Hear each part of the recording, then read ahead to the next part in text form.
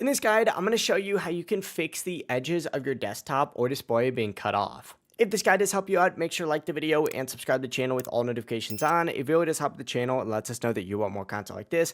We'd greatly appreciate it. And if at any point throughout this guide you do have any questions, just ask them down in the comment section below and we can help you out further. I'm going to be doing my best to reply to every single comment down there. But this issue is really annoying because parts of your screen get cut off and you can't see the buttons, text, menus properly. Luckily, it is super easy to fix. What you're going to want to do is go down to the very bottom, select that search bar and type in Device Manager and then go ahead and hit enter. It's going to pull up a page that looks like this. What you're going to want to do is scroll down and find those display adapters and essentially go ahead and click on the arrow next to it to bring up a page that looks like this. Now, depending on what you see, you're going to want to open up different things. If you're like me and you have NVIDIA, you're going to want to open up NVIDIA Control Panel. If you're on Intel, go ahead and search for Intel Graphics Command Center and download it from the Microsoft Store if needed. If you are on AMD, open up the AMD Adrenalin software. The steps are very similar on all of these. You just need to know what you do have. So in this case, I'm going to go ahead and open up NVIDIA Control Panel. So go ahead and open that up.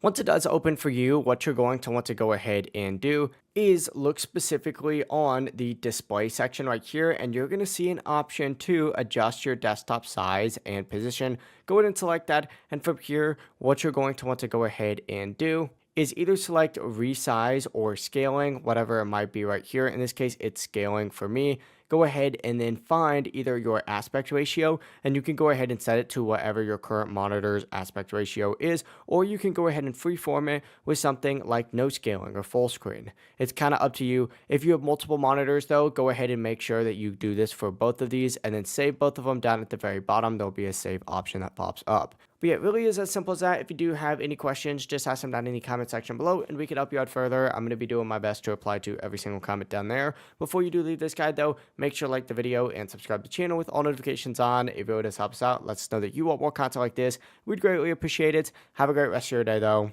Peace.